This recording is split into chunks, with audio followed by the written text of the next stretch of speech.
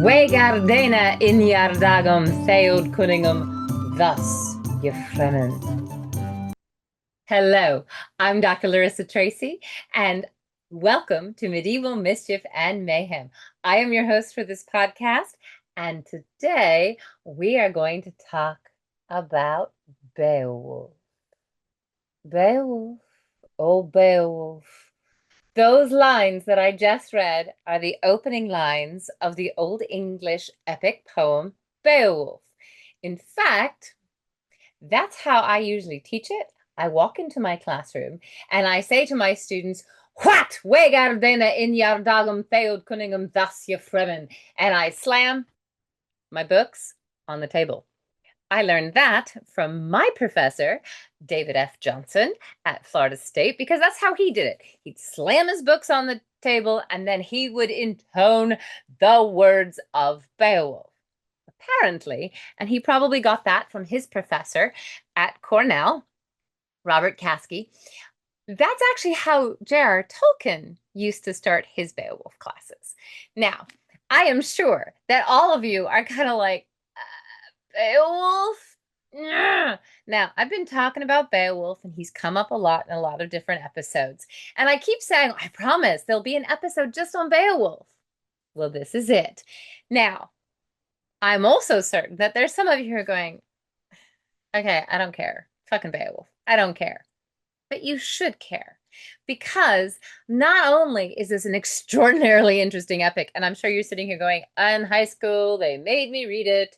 It was so long and so boring, and oh my God. You just didn't have the right teacher teaching you Beowulf. That's part of it. Secondly, not only is it a wonderfully dynamic poem that is full of amazing characters and actions, and it has a Grendel and his mother, who we will call Mum, and a dragon that nobody seems to be able to deal with in popular culture ever. But it's also a very important poem in the way that it shapes our ideas of both a heroic identity and national identity. And again, this is one of those things where a lot of people say, well, it's the Middle Ages. Do you have national identity? Yes. Yes, you do. So in our discussion today on Beowulf, it's just going to be me talking about Beowulf. And I wore a dragon in honor of the dragon in Beowulf, as you do. I'm going to cover a lot of the different aspects of the poem. We're going to talk about the characters. We're going to talk about the themes that make it so interesting and important. And, you know, it's fine if you want to turn off the podcast now. Go ahead. I won't be offended. But I promise you're going to miss something if you do. So I hope you will stay with me. I hope that you will continue to listen as I talk about one of my favorite poems in medieval literature, and probably one of the most influential poems ever written in a version of the English language. Now, I'm going to go ahead and tease this now. There will be additional material for paid subscribers on Patreon and Substack, and that is going to deal with Tolkien's interpretations of Beowulf, his translation, his essay, The Monsters and the Critic, but it's also going to deal with other Beowulf adaptations. So if you're interested in my take, or as my students used to call it, Dr. Tracy's interpretive dance of why the 2007 animated Beowulf sucks, because it does, that's going to be for paid subscribers on Patreon and Substack. But for everybody else, buckle up for Beowulf. Now, this poem, for those of you who are unfamiliar with it, this poem survives only in one manuscript. So when people talk about Beowulf and its resonance, and if you ask most people who went to high school in an American high school, they will tell you that they've at least been introduced to Beowulf. Same thing in England.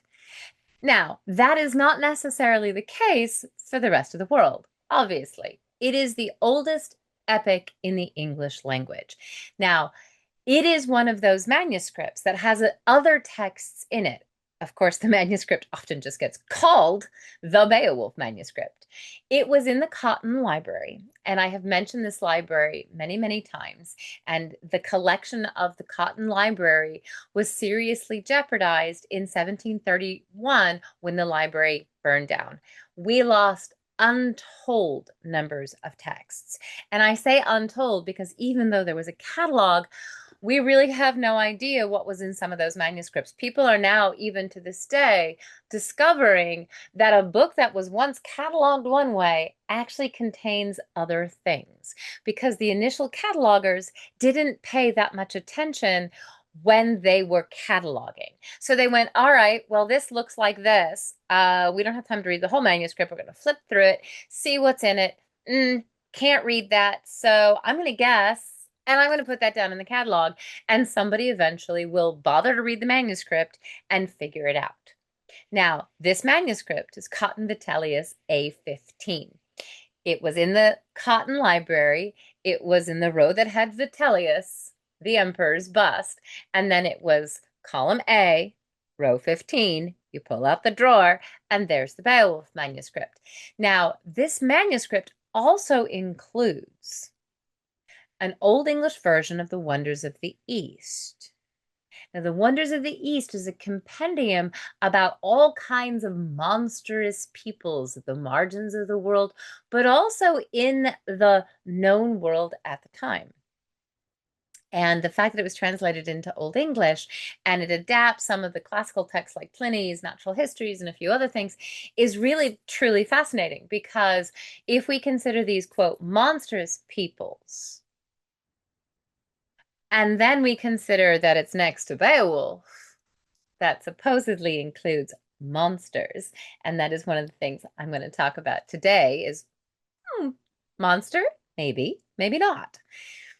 It's also in the manuscript with a fragment of an Old English version of the story of Judith. Now, Judith is an Old Testament Jewish heroine who kills the evil King Holofernes by essentially pretending to seduce him, because she only goes so far. She gets him drunk, she drugs his drink, and when he passes out, before he can do anything with her, she beheads him. She decapitates him with a sword.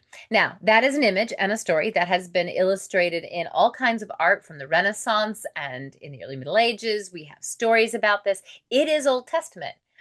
And for some reason, someone translated into Old English, and there is a fragment of the Old English Judith in this manuscript. And you might be thinking, well, what on earth is the connection between those three? A text about monstrous people on the borders of the known world, a text about a valiant and strong woman who defends her people and takes vengeance for the harm that has been done to her and stops that onslaught by decapitating a tyrannous king. And then a poem about a Swede who goes to Denmark to fulfill a familial oath, a blood oath that results from his father being involved in a blood feud. He dispatches two quote unquote monsters, definitely border walkers, people in exile. And then he goes home to Jutland, to Sweden, where he will be king in peace for 50 years. Sorry for the spoilers. Until a dragon becomes his demise. So you might take those three texts and kind of weigh them together.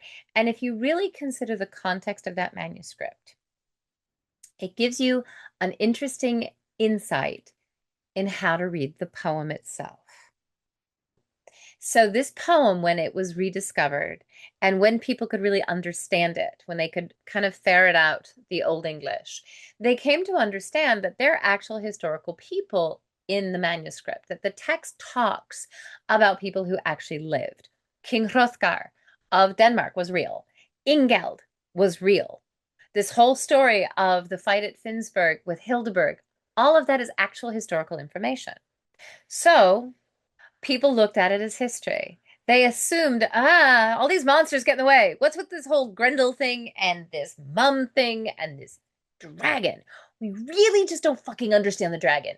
Nobody understands the dragon.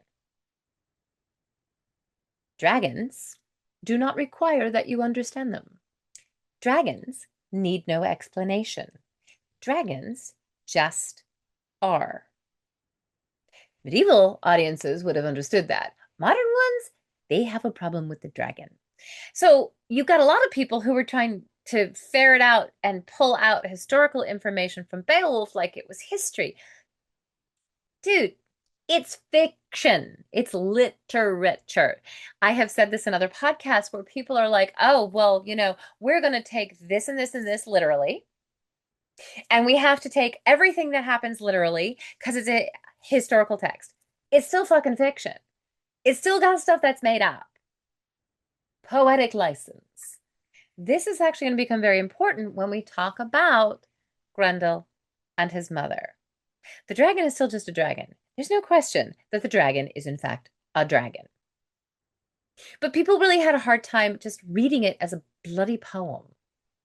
And they should. In 1936, J.R.R. Tolkien gave a lecture called Beowulf, the Monsters and the Critics. And in that lecture, Tolkien says, it's a poem. Enjoy it as poetry. Enjoy the beauty of the language. Enjoy the beauty of the imagery and the kennings and the structure and what really happens. And sure, yeah, there's historical stuff, but that's not the important bit. He says the monsters are what's important. I would argue it's both. I would argue that in order to really fully understand Beowulf, you have to appreciate both because they work in tandem. Now, when we first see Beowulf, and of course, one of the things that I was taught when I was an undergraduate, and I know that many of the people at Cornell were taught the same thing because that's where Dave Johnson did his PhD, and I got the benefit of a Cornell education at Florida State. We understand the concepts of sapientia, which means wisdom, and fortitudo. Now, fortitudo means strength. It doesn't just mean physical strength. It means strength of will, strength of character. I may be stretching that interpretation a little bit, but it's kind of important for understanding Beowulf himself. So you have these ideas of sapientia and fortitudo. You also have the idea of comitatus. Comitatus, which is that idea of community, of working for the benefit of your people, of your community. All of these things are very important in Beowulf. Now, when Beowulf first shows up, and before we dive into the text, I'm going to give you a sense of this structure. Beowulf is young. He's brash. His people didn't actually think all that highly of him. There's a lot of references back and forth to the Hwaets. That's how it's pronounced, as Hwaet, not Geats. It's the Hwaets, southern Sweden. There are a lot of references to King Hugelac, his king, and Queen Hwyd in the poem. And when Beowulf is successful in dealing with the Danes' problem, he goes back and explains what happens. And every time he tells the story of his fight with Grendel, it gets worse. It gets more heroic. It gets more violent. I mean, gosh, no one ever embellished a story ever. But there are a lot of references to him having been a bit feckless when he was younger. That really, the Hwaets didn't think very highly of him. That they thought he was irresponsible and kind of useless. So he wants to redeem himself. Part of the reason that he goes to Denmark is to redeem himself and to repay the debt of his father, Ecgtheow. So when we first see him, he has just fortitudo. He's at that bottom of his heroic arc. Now, an epic, unlike a saga, an epic has to be long. It has to be in verse, by the way. It's got to be in poetry. It's not an epic. It follows one hero and their trajectory, their heroic development, as opposed to a saga. A saga is episodic, generally in prose, though not always, generally in prose, and it follows a group of people, either tied together by lineage, blood, or culture. I would call that loosely ethnicity to an extent. So Saga the Volsungs is absolutely 100% a saga. It's in the title. Saga the Volsungs, Volsunga Saga. Beowulf is an epic. Epics also usually involve a journey. They usually involve a journey to an underworld or a netherworld, depends on what form that takes. The Iliad and the Odyssey are both epics. I haven't seen the new Odyssey film. I have opinions from what I've heard. I might watch it. We'll see. You can't take the gods out of the Odyssey. That's all I got to say. You can't take the gods out of the Odyssey. And Athena is a goddess, and she kicks ass. And Zendaya is amazing. But I kind of question how Nolan has supposedly portrayed her. But I digress. And I will save any analysis for the Odyssey and the Iliad for once I've actually seen the movie, because I'm probably bloody going to have to. An epic follows the heroic development of its main character. With Beowulf, we first see him arrive in Denmark. His reputation precedes him. He is noted for strength. He is noted for strength of body, if not strength of character. The process of the poem, of course, will track his development to where he learns both wisdom, sapientia, and has strength. And then at the end, when he fights the dragon, he's an old man. He no longer has physical strength. He still has strength of will, but he has no physical strength. But he has wisdom to understand the implications for this fight with the dragon. Now, on either side of that, we have Hrothgar, the king of the Danes. We get his heroic story, his backstory, his lineage, the line of the kings of Denmark from Shield Sheffing. Now, Shield Sheffing, the Shieldings. Eventually, we actually see kings in England, starting with Canute, the Danish one, appropriating Shield Chefs and their heritage. And it's because he was a well-known famous Danish king, and they're like, yeah, we want this guy in our lineage. We're totally descended from him. Totally. Poetic license.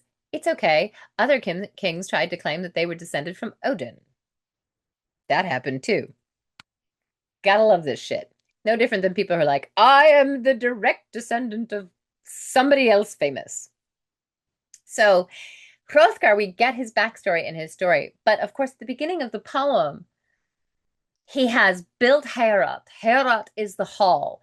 Heorot is that magnificent hall on a hill that has been gilded and has antlers in the eaves. And of course, Heorot means heart, as in deer, but it is also the heart of the community.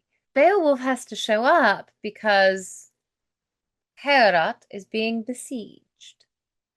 For 12 years, an entity comes in, and if anybody sleeps in the hall, they die.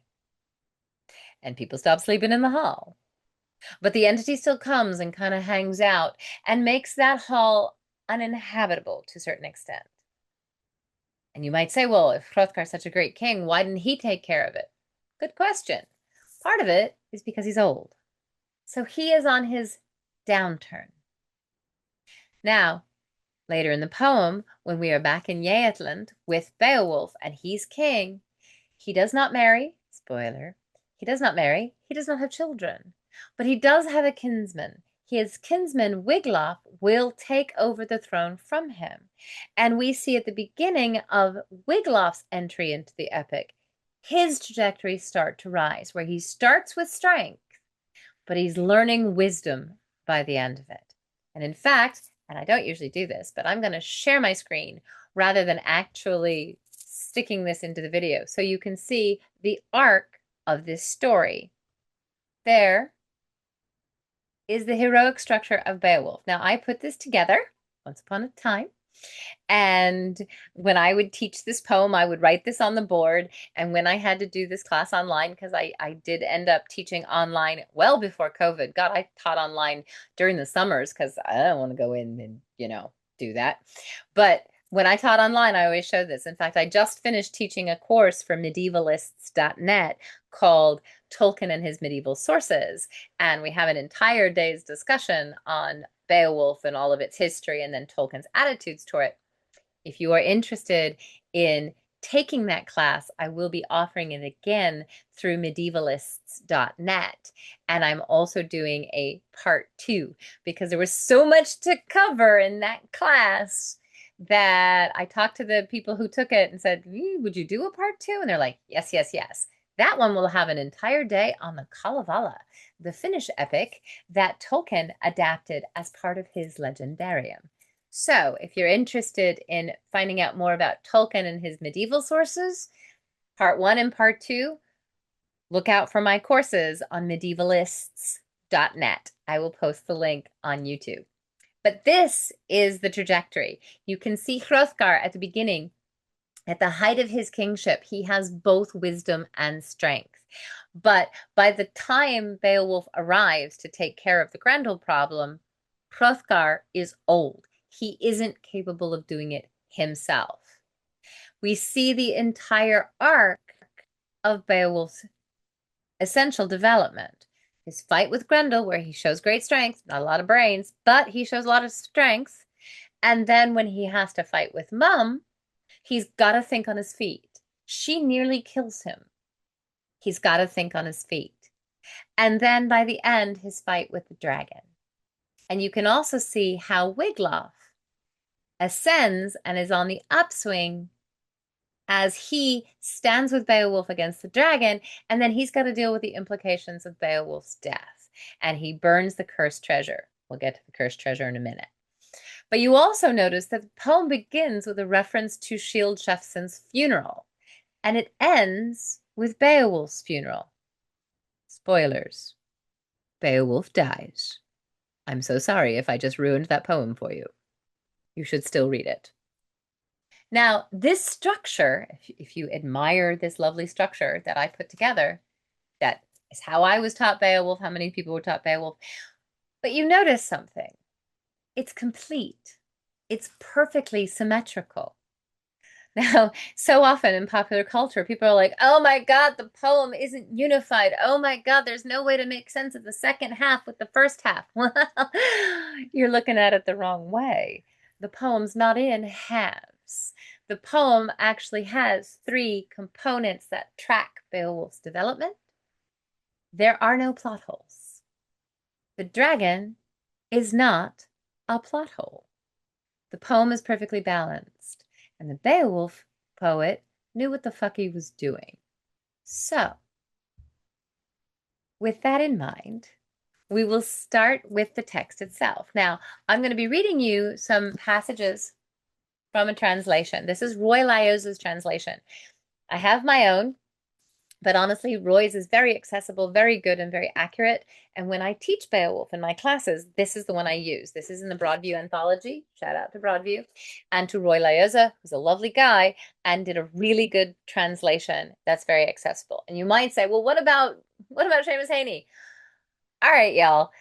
Heaney Wolf is a translation, but keep in mind, Seamus Heaney is a poet. He was a Nobel laureate poet, but a poet nonetheless. And coming from Northern Ireland, he had his own perspective on some of the word choices, and every act of translation is an act of interpretation. And so while Heaney's is very poetic and very accessible and was sold mass market so that everybody could read Beowulf and get a facing page translation that has the Old English on one side and Heaney's translation on the other, which is great and wonderful and amazing, it's not the most accurate version of the poem. And really, when I teach it, I want my students to get a sense of the accuracy as much as the poetry. So I'm going to read a bit from Roy Lioz's translation. We get the story of Hrothgar. We get the story of Hrothgar's kingdom. We get the story of Hrothgar's rise and fall. And then we get a reference to his problem. For those of you following along at home, line 86. A bold demon who waited in darkness wretchedly suffered all the while. For every day he heard the joyful din loud in the hall with the harp's sound, the clear song of the shop. He said who was able to tell of the origin of men that the Almighty created the earth, a bright and shining plain, by seas embraced, and set triumphantly the sun and moon to light their beams for those who dwell on land, adorned the distant corners of the world with leaves and branches, and made life also, all manner of creatures that live and move. Thus this lordly people lived in joy, blessedly, until one began to work his foul crimes, a fiend from hell. This grim spirit was called Grendel. Mighty stalker of the marches, who held the moors and fens, this miserable man lived for a time in the land of giants, after the Creator had condemned him among Cain's race. When he killed Abel, the eternal Lord avenged that death. No joy in that feud. The Maker forced him far from mankind for his foul crime. From thence arose all misbegotten things, trolls and elves and the living dead, and also the giants who strove against God for a long while. He gave them their reward for that. Now, you might have noticed that the Old English structure isn't exactly straightforward when it comes to describing events. Because in this, we have both the description of Grendel who comes into the hall, and we also have the story of Genesis, that the bard, is singing in the hall. So the implication for a lot of people is that Grendel doesn't like the sound of the monotheistic story of creation, and that's why he attacks. I disagree. Also, that first reference, now, Roy Liza has translated line 86 as bold demon. Hal Chickering translates it as fierce creature. It has been variously translated in a whole bunch of ways. But the word in Old English is Ellengeist. Now, Ellengeist is a compound word, and it means solid apparition or solid creature. Grim creature is probably close. Fierce creature, also close. But there is a word in Old English for demon. It's daemon. And there is a word in Old English for devil. And it's theophil. So if the poet wanted to call him a bold demon, he would have called him a bold demon. But he doesn't. Now, he does elsewhere in the text, yes.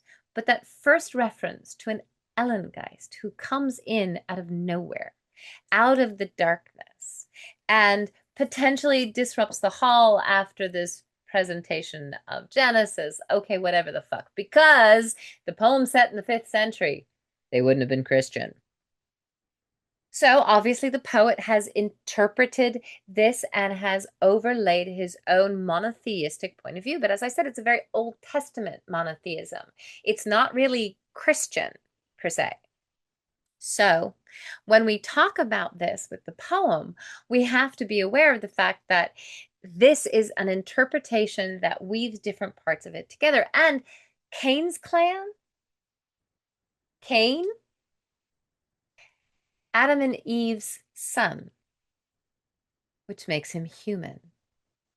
Now, people have wanted to argue, well, once he kills his brother Abel in the first murder, because ultimately at the end of the day, when the two of them offer up the fruits of their labor to God, Cain offers the fruits of the field as a farmer. Abel butchers his cattle and offers up the meat to God. And apparently God is not a vegetarian because he favors Abel over Cain. And Cain, in a fit of rage and jealousy, murders his brother.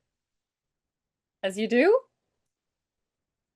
To be one of Cain's clan does not necessarily make you non-human.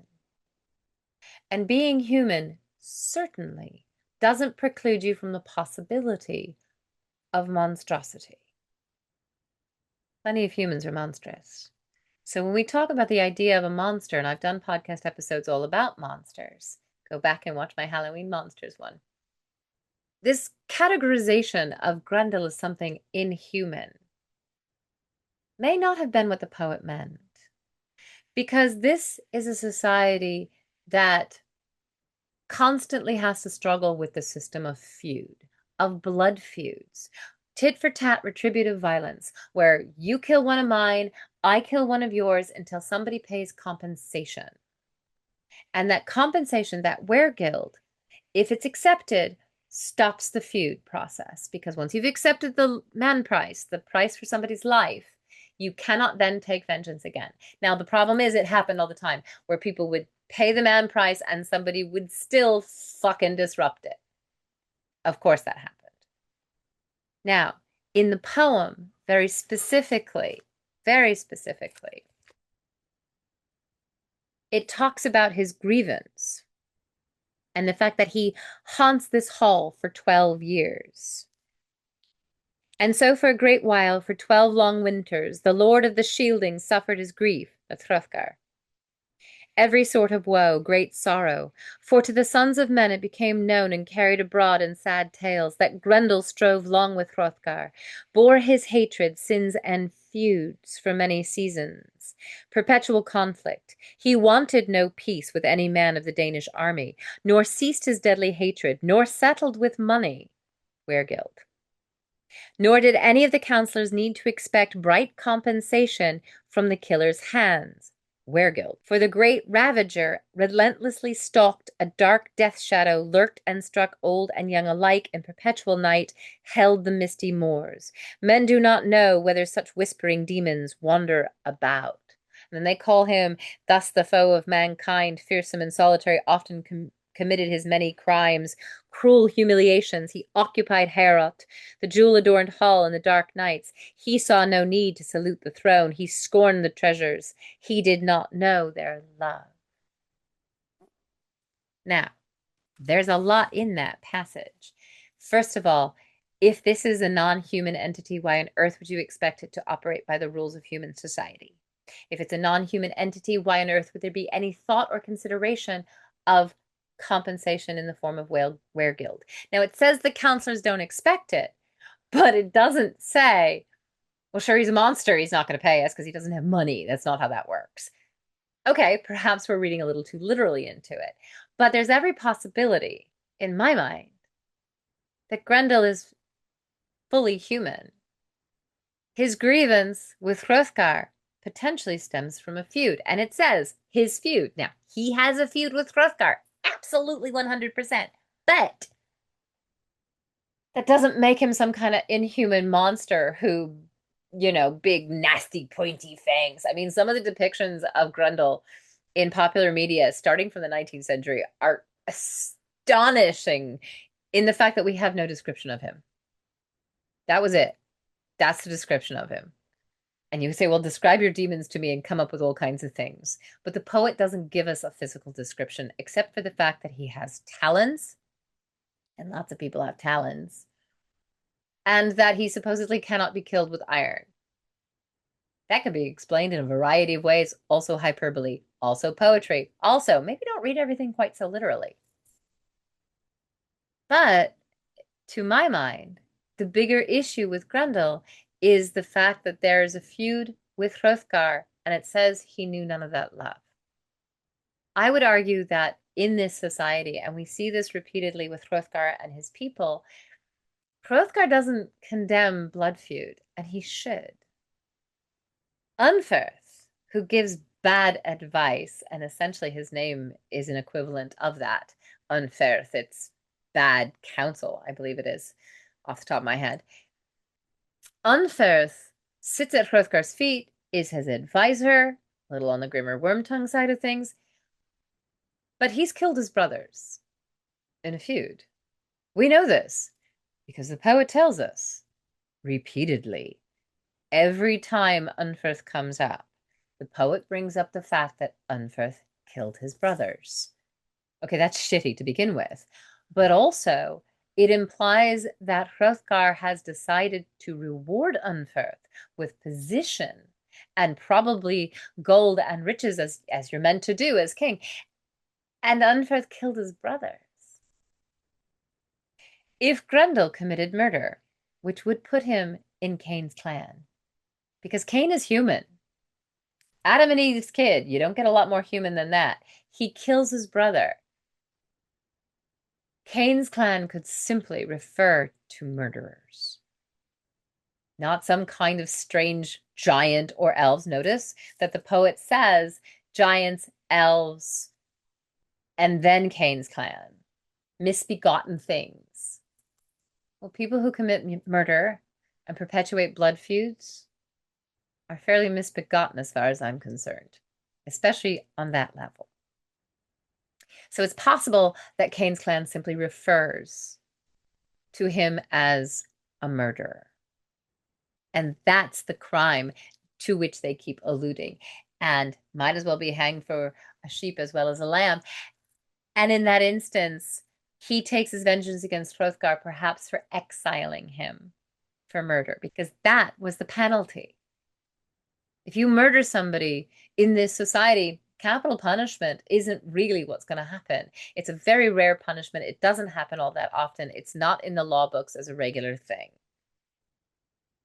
Now, people can kill you, especially if you don't give compensation or if that compensation is refused. Sure, your life becomes forfeit and you can absolutely be killed. But in this society, the more common punishment was exile, being shunned, being shoved out of your community, losing the community, losing your people, losing that comitatus, that connection with your people. And then, yes, your life is forfeit. If you are outlawed, your life, if anybody can kill you, fair game. Nobody has to pay compensation for it. But this system of retributive violence and feud, exile was the way that they dealt with it. We have poems in Old English, The Wanderer, The Seafarer, The Wife's Lament, or I would say The Woman's Lament, that talk about that. Grendel is clearly in exile. He sits outside Hrothgar's hall and he nurses a hard grievance. It's entirely possible that his grievance is valid, that he's justified to a certain extent. Because if Hrothgar rewards Unferth, who killed his brothers, but exiles Grendel, possibly for the same thing, that seems to be very unequal altogether. So Grendel, as an Ellengeist, maybe not an actual monster in the sense that modern people think, but a man driven to monstrous actions because of the injustice of Hrothgar's rule. Now, when we get to Mum, Grendel's mother, she does not have a name. A lot of people are like, oh my God, she doesn't have a name. Oh my God, there are no women in this poem. Women are so unimportant. When I ask my students, when we do Beowulf in class, and I ask them, I have them doing in-class writing, the first thing I ask them is I said, what is the role of women in Beowulf? And oh my God, the answers I get. Also, it tells me whether or not they read the text and how closely. Some of my students, they are like, they are mead wenches. They serve beer. They are unimportant. They have no presence whatsoever, or they're monstrous like Grendel's mother. That isn't entirely true. Case in point, Wealhtheow. Now, Wealhtheow is Hrothgar's queen, and I will point out that there are 5 women who have names in this text. Wealhtheow, Freawaru, Hildeburg, Thruth, Hewd, and then we have Grendel's mother. Now, all of those women are referred to in some way in terms of who they marry, who they're married to, or a feud that they try to stop. Now, a lot of people will say, well, the women in Beowulf, they are just meek, obedient peace weavers, the Freðaweda. They are just trying to keep the men from killing each other. Yes, but also no. Because the women in this poem kick ass. And the women play a very important part. Because yes, this fragile system of peace weaving and marital alliances and trying to get disparate men to stop fucking killing each other. You notice a modern trend here? That is a very fragile process. And the women are the ones who have to navigate it. Hrothgar's a fucking idiot. Hrothgar wants to adopt Beowulf after Beowulf kills Grendel. When Beowulf defeats Grendel, Hrothgar's like, let's adopt him. He's drunk, as you do. And he's been talking, I want to adopt you. I want to adopt you. I want to adopt you. And Grendel, there's a small problem. He has 2 sons already. And a nephew, Hrothulf. And so it is Wealhtheow. his queen, who steps in and tells him in public, because this is not a private conversation, but tells him, do not do this. This would be unwise. And she's very diplomatic. In fact, her whole role is partly diplomacy to essentially solidify the bonds and the oaths and the connections and all of that which is necessary to preserve the kingdom that Hrothgar really clearly doesn't have a head for. And the first time we see her is when Beowulf comes in to the hall. He has just arrived. And he comes into the hall. Everybody knows who he is, reputation, all of this stuff. But he does nothing until Wealhtheow addresses him. And this is line 612, for those of you following at home.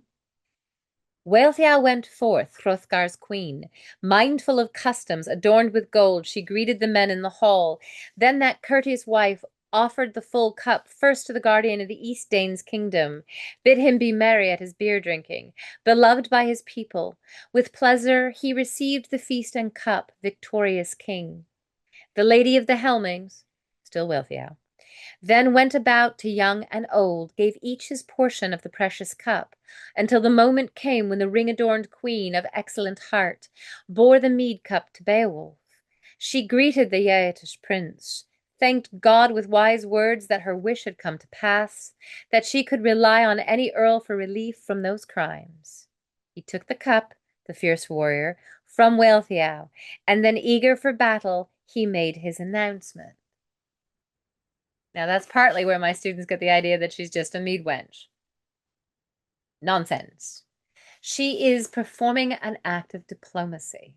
She goes first to Hrothgar with the cup, and then she goes to each of his thanes. And then she goes to the Geats, starting with Beowulf. She is marking out the importance line of the succession and the Danish hierarchy. She starts with the Danish king, then the Danish thanes, then the visitors. This is a very important reminder to Beowulf. You are a guest. She doesn't have to say anything except, I am so glad that my pleas have been answered and somebody has come to help us out, because nobody in her kingdom can do it. That is implicit shade. Her husband is old, and every single one of the Danes in that room haven't fought Grendel. None of them have tried. Certainly not Unferth, who does his fair shit of shit talking. So when Wealhtheow says that she is really glad that God sent somebody to sort this out, it is also a pointed jab at her own people. Now, the poet refers to her as Hrothgar's queen, but calls her the Lady of the Helmings. That's her people. People have pointed out her name, Wealhtheow. They have said, oh, it means foreign servant, because Wela can mean foreign. It can mean barbarian if you really want to take a stretch. It's not really what it means, but it can. It's kind of how the Welsh got their name, because the Saxons called them Wela, barbarians. It means foreigner. It can, absolutely. But it also means people. Wela can mean a signifier for people. Theow means servant. So while some people have said she's just a slave, she's somehow this woman who's been married off to Hrothgar and she has no autonomy, her name indicates that she's just a foreign slave. Not necessarily. It can also mean servant of the people. Servant of her people, who are now both the Helmings, which the poet tells us, her original people, but also the Danes, because she's Hrothgar's queen. So this idea that she is somehow just this woman married off without her consent and some kind of marital alliance, I mean, that is an old way of thinking, and several very good, credible scholars have argued this. I disagree. And in fact, I think the poem, if we understand it in the context in which it was written, tells us that our tendency to project misogyny onto the text is our problem, not theirs. Wealhtheow is exceptionally strong. and autonomous. She gives the cup as an act of diplomacy. She casts a bit of shade on the Danes, but she's also marking out that important hierarchy and saying to Beowulf, welcome, thank you for coming to solve our problem. You are still a guest. And once he does it, and she has stopped her husband from adopting him, which would be dumb, because she says, Wealhtheow came forth in her golden crown. Notice, of course, everyone's like, oh, she's just a clothes horse for all this wealth. Okay, fine. We all wear jewelry for different reasons. She's doing it to show the wealth of the kingdom. That is her role as queen, one of her many, many rules. The role of queen is not one-dimensional. So she wears rings and she is ring adored to show the might, the wealth, and the power of the Danish throne. Wealhtheow came forth in her golden crown to where the good two sat, nephew and uncle. This is Hrothgar and Hrothgar. Their peace was still whole then, each true to the other. Now that's foreshadowing the fact that, yeah, eventually this kingdom's going to fall, but it ain't going to fall because of Grendel. And it's also not going to fall because of Beowulf. It's going to fall because of blood feud. Likewise, Unferth, spokesman, sat at the foot of the shielding lord. Everyone trusted his spirit, that he had great courage, though to his kinsmen he had not been merciful in swordplay. He killed his brothers. Then the Lady of the Shieldings, see, we had her as Lady of the Helmings, her people first, now she's the Lady of the Shieldings, Hrothgar's people. Then the Lady of the Shieldings spoke. Take this cup, my noble courteous lord, giver of treasure. Be truly joyful, gold friend of men, and speak to the Geats in mild words, as men should do. Be gracious to the Geats, mindful of the gifts which you have from near and far. I have been told that you would take this warrior for your son. Heorot is cleansed, the bright ring hall. Use your many rewards while you can, and leave to your kinsmen the folk and kingdom, when you must go forth to face the Maker's decree. I know that my own dear gracious Hrothulf, nephew, will hold in honors these youths, their sons, if you should give up the world before him, friend of the Shieldings. I expect that he would wish to repay both our sons kindly, if he recalls all the pleasures and honors that we have shown him in our kindness since he was a child. She turned to the bench where her boys sat, Hrethric and Hrothmund, and the hero's son, that would be Beowulf, all the youths together. The good man Beowulf the Geat sat between the brothers. She is telling her husband, do not give away the kingdom. You will start a blood feud, you drunken fool. Don't do it. Give him his loot, but don't talk about adopting him. Now, it foreshadows the fact that it is actually going to be a feud, and it is going to be a family feud that eventually leads to Heorot's burning. So, dear reader, Hrothgar did not pay attention, and they fuck it up, and the Danish kingdom will fall, but not because of Grendel, and not because of Beowulf. Shortly after this, and this is only about 100 lines after this, the hall swallowed the noise. Wealhtheow stood before the company and spoke. Notice how much speaking she does? She has a lot of lines. Beowulf, beloved warrior, wear this neck ring in good health, and enjoy this war garment, treasure of a people, and prosper well. Be bold and clever, and to these boys be mild in counsel. I will remember you for that. You have made it so that men will praise you far and near, forever and ever, as wide as the seas, home of the winds, surround the shores of the earth. Be while you live blessed, O nobleman. I wish you well with these bright treasures. Be to my sons kind in your deeds, keeping them in joys. Here each earl is true to the other, mild in his heart, loyal to his liege lord, the thanes united, the nation alert, the troop having drunk at my table, do as I bid.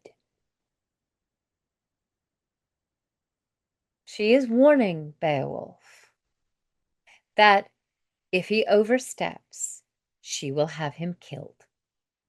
That the troop having drunk at her table will do as She bids. Not, my husband will kick your ass. My husband will have you killed. I will have you killed. She is offering him a very famous necklace that he will then give to his queen Hwaet when he gets back, and he makes a long presentation explaining everything that's happened, and he will make that presentation to her. She gives him a magical mail shirt, a Bernie, that is supposedly made by elven magic. Where do you think Bilbo's mithril shirt comes from? That's where it comes from. Totally. She hands him these treasures and he says, "Thank you very much. I would like you to swear an oath to my sons that you are going to be loyal to them, that you're not going to try to take the throne. I would like you to swear that oath that you will protect my sons. And here's your loot. Now take your stuff and get the fuck out. If you don't, I will have you killed." She's not just a peace weaver. Yes, she is diplomatic. Yes, she weaves peace as necessary. She's also willing to wage war, to defend her sons, to defend her kingdom. And the poet going back and forth between her name, her people, Lady of the Helmings, and Hrothgar's, Lady of the Shieldings, and Hrothgar's queen, does not imply that she's subordinate to Hrothgar. Quite the opposite. It shows the symbiosis of that marital union, that alliance. And she is Hrothgar's equal. Now, also, shortly after that, and again, it's only about 100 lines after that, we are introduced to another quote unquote monster. Because it says, now we have more feasting and singing and drinking. They sank into sleep. One paid sorely for his evening rest, as had often happened when Grendel guarded that gold hall, committed his wrongs until he came to his end, died for his sins. It is clearly seen, obvious to all men, that an avenger still lived on after that enemy for a long time, after that grim battle.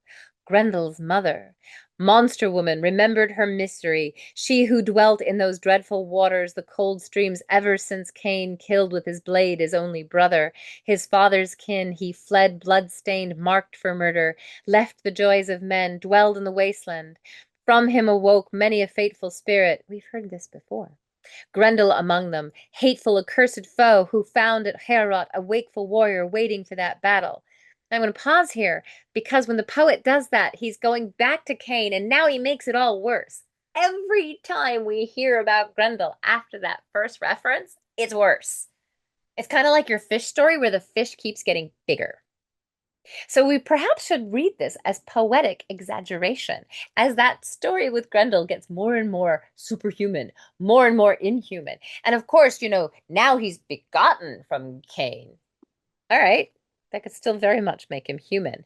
And she dwelt in those dreadful waters. Well, that's also kind of depends on how you translate it. Doesn't necessarily mean she's a water hag, as a lot of people have wanted to interpret her. In fact, it doesn't mean she's non-human at all, because you can call somebody a water hag. That doesn't make them a water hag, or a monster woman for that matter. I have been called a lot of things. That doesn't make me any of them. It's poetry. It's fiction. Lighten up. Hyperbole. So, she, of course, is going to avenge this. There the great beast began to seize him, but he remembered his mighty strength, the ample gifts which God had given him, and trusted the Almighty. Now we're getting a recap again of the fight with Grendel. This keeps happening. The poet will go back to these fights. And trusted the Almighty for mercy, favor, and support. Thus he overcame the fiend, subdued the hellish spirit. He went away wretched, that's Grendel, deprived of joy, to find his place of death, mankind's foe. But his mother, still greedy, grim-minded, wanted to go on her sorrowful journey to avenge her son's death. Well, that's fair. In a system of retributive violence, tit-for-tat revenge. Okay, fine. Technically speaking, because Grendel committed murder and was an outlaw and was exiled, his life isn't compensated. She doesn't get to get money or demand compensation for it. His life is forfeit. But of course, she's going to take vengeance. Who wouldn't? And my friends, revenge, like murder, is a very human trait.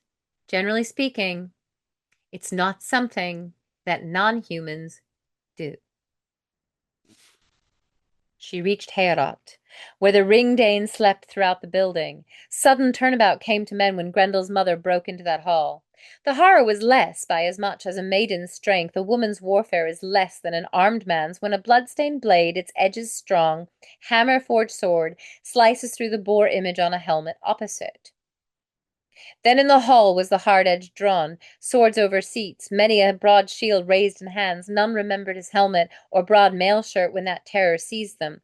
She came in haste and meant to hurry out, save her life, when she was surprised there, but she had quickly seized fashion in her clutches. One nobleman, when she went to the fens, he was the dearest of heroes to Hrothgar, among his comrades between the two seas, mighty shield warrior, whom she snatched from his rest. His name was Ashura, by the way. Beowulf was not there, but another place had been appointed for the famous Hwaet after the treasure giving. My argument is he's not in the hall. He's sleeping somewhere else because he's not sleeping alone. Just saying. Maybe like the only reference to sex in the entire poem, and it's a veiled one. But that whole thing of, well, a woman warrior isn't really as bad as a male warrior. Bullshit. She's worse. She comes out of nowhere, surprises the hell out of them. All the men don't know what to do. They're like, now what? They don't get their helmets on. They don't get their burnies on. And she steals Ashura and she kills him, takes him back with her. Well, takes him back with her. When Beowulf has to fight her, she nearly kills him. She is a stronger, more resourceful, more powerful foe. And it is at that moment that Beowulf reaches that trajectory at the top of our chart where he has to use strength and wisdom. Grendel's mother is far more powerful than Grendel and almost more powerful than Beowulf. And that pass-off line of women warriors, the poet talks about women warriors as though his audience knows exactly what they are. And, kind of the Josh and locker room talk of, oh, girls, when they, she fights like a girl. Well, this girl nearly kicked his ass. Hyperbole, poetic license. But it also implies that this society is very well aware of women warriors. Now, the other women in the poem function in many ways as that historical and political commentary that condemns blood feud. Hildeburg's loss, which is an actual event, the fight at Finnsburg, that marital alliance falls apart because the men are dumbasses, because they keep those feuds alive. And very often it's the women who have to try to salvage them, who are either themselves threatening to fight them, like Wealhtheow, don't fuck with her, or they're the ones left mourning the dead. Standing by that funeral pyre, Hildeburg has to mourn the death of her brother and her son. Because in death, there are no family lines. The lines no longer exist. And the feud serves no purpose. So throughout the poem, the undercurrent of those fights with Grendel's mother, and then the dragon, the undercurrent is a condemnation of feuds, the futility of blood feuds, this constant, unnecessary warfare. The men who use violence rather than reveling in peace. The men who commit murder through betrayal rather than honoring their oaths. That is the other layer of this poem. And when Beowulf goes home and tells everybody another version of the story with Grendel, and it gets even more exaggerated as you tell these stories. His king Hugelac and Hugh, they want to offer the throne to him, and Beowulf says no. Because very often, usually, those who most desire power or political position are the very ones who should not have it. Those who covet a position too much are the worst people to put in that position. That is part of the Beowulf poet's point. Beowulf doesn't want the throne. He didn't want the Danish one, and he doesn't want the Swedish one. He actually is loyal to Hughelac's line until they all die in feuds. Warfare that serves no purpose. And Beowulf becomes king because there is nobody else left. And when he becomes king, he rules in peace for 50 years. We get 2 lines that say that. Just 2 lines. And the reason it's only 2 lines is precisely because nothing happens. He's king for 50 years, and it's actually just lovely and peaceful. Imagine that. Now, he doesn't get married. He doesn't have children, as I've said. But then the dragon shows up. Now, the dragon, and the poet is very clear about this, the dragon hasn't been bothering anybody. The dragon comes along, finds this treasure, and finds a treasure that has been sitting there abandoned. And the last of a people who killed each other over feud and over this cursed treasure. Volsunga Saga. When the last of those people dies, the treasure is put into a cave, and the dragon comes along, sniffs it out as dragons do, finds it, sits on it, rolls in it till it crusts all over his chest, just like Smaug in The Hobbit. Though, mind you, Smaug in The Hobbit takes the gold. That's a bit more like Fafnir in Saga of the Volsungs.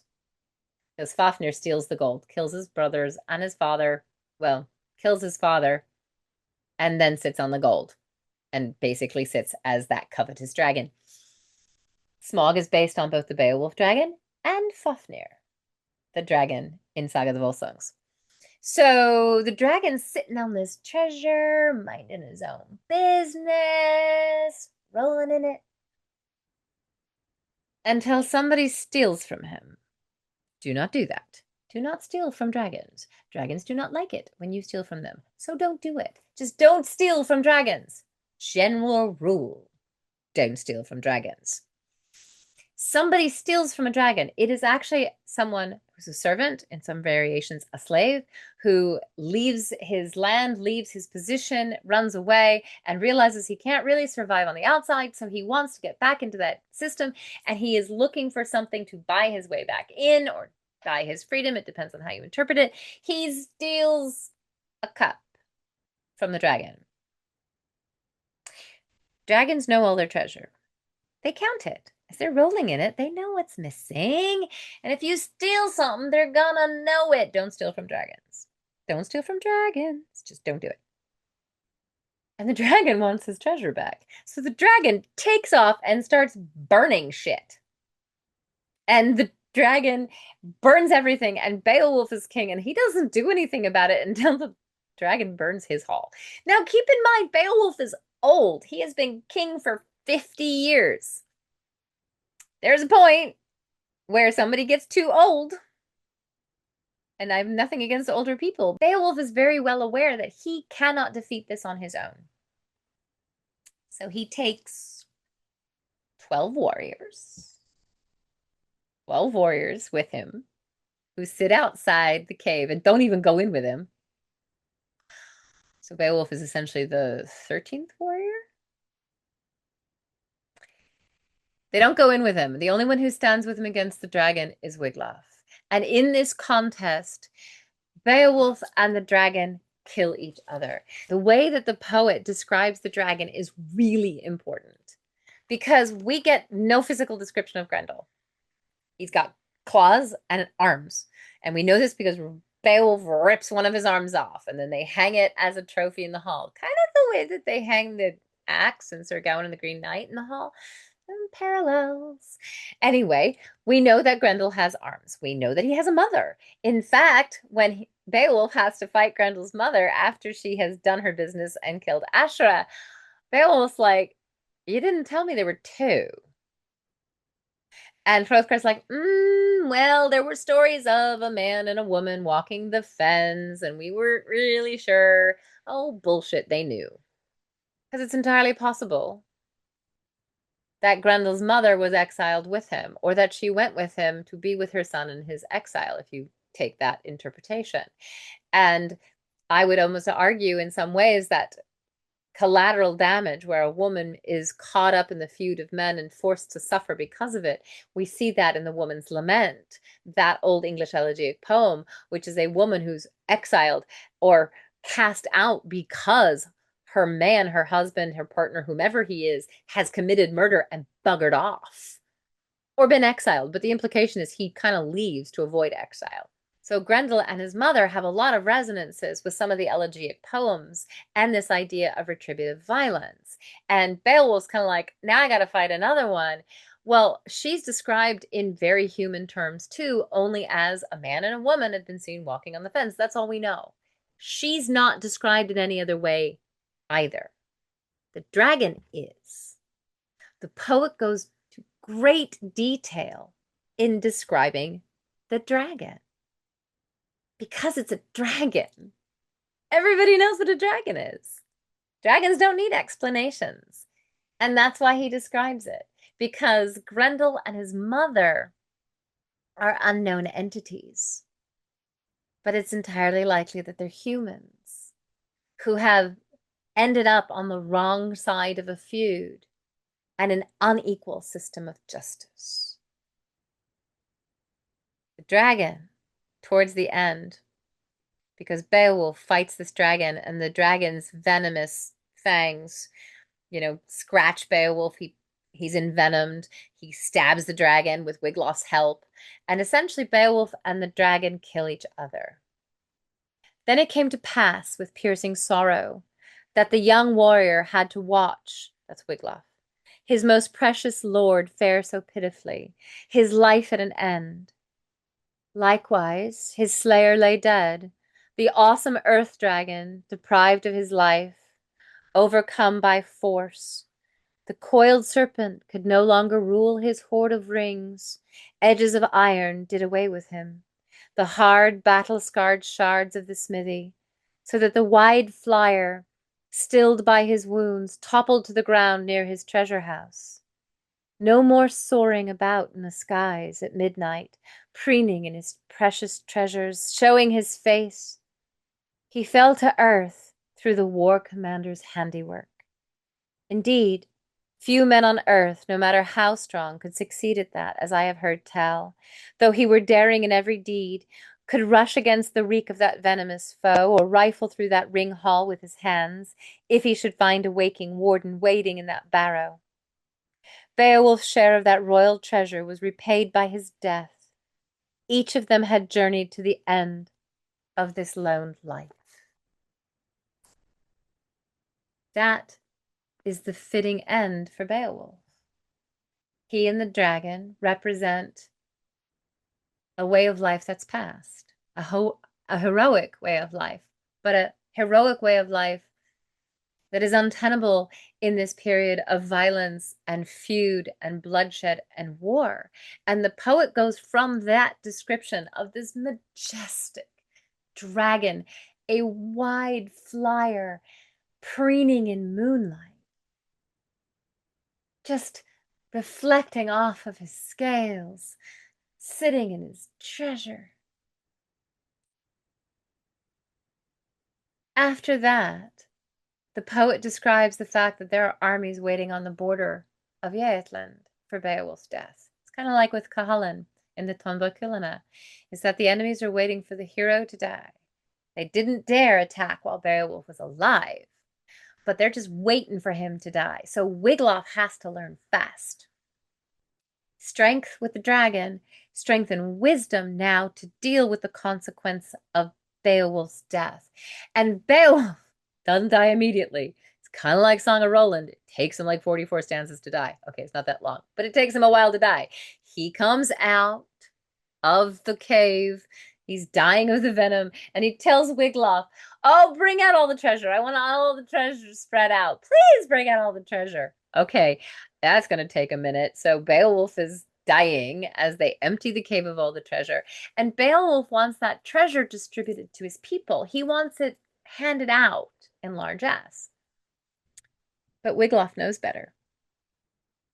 Wiglaf knows that the treasure is cursed because all treasure is.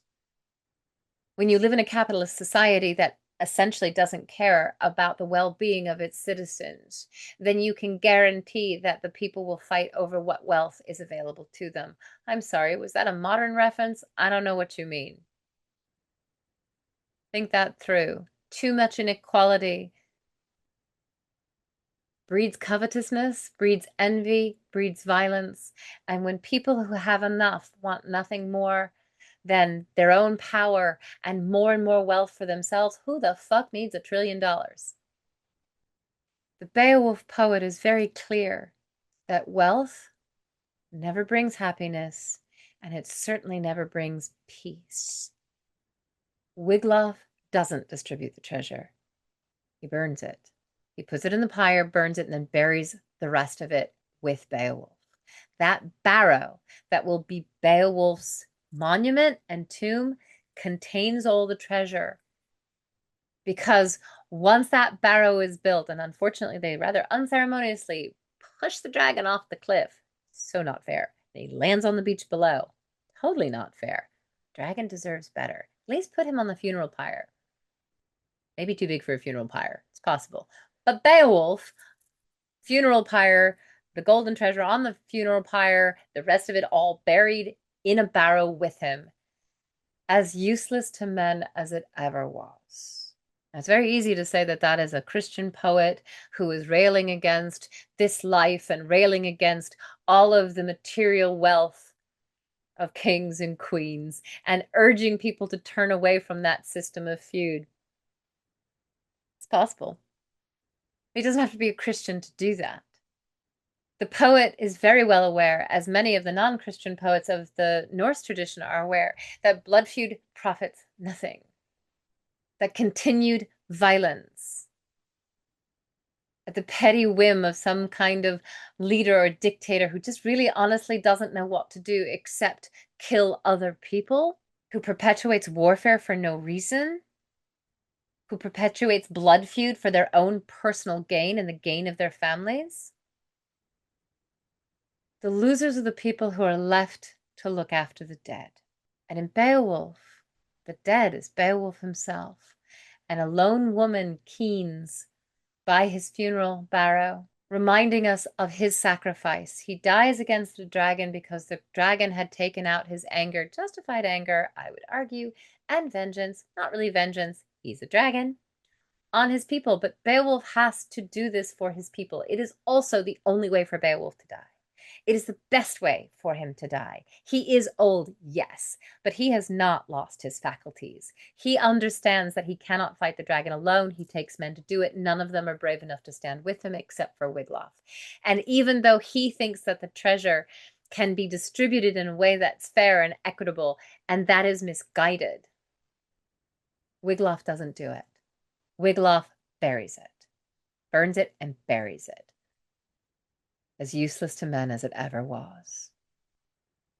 So Beowulf, as a poem, is beautifully written. It has amazing structure, language, and there's so much to it.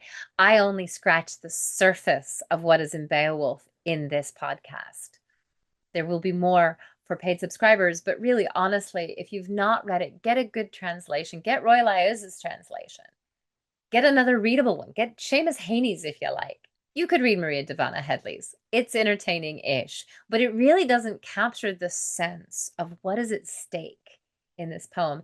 And there is a lot at stake in this poem. An awful lot that if modern society paid more attention to the literature of the past, as well as the history, to the art, the humanities, if we stopped insisting that it's somehow elitist and stupid to read books, if we started insisting that people pick up texts and read them for themselves rather than AI summaries, if we stopped insisting that somehow the humanities were less valuable than science, technology, engineering, and math, which are all powerfully important, but if we stopped funding one at the expense of another, perhaps we could learn the lessons that Beowulf has to teach us. And Beowulf, like so many texts before and after it, has an awful lot to teach us if we only have the courage to read it and to listen. I'm Dr. Larissa Tracy, and this is Medieval Mischief and Mayhem.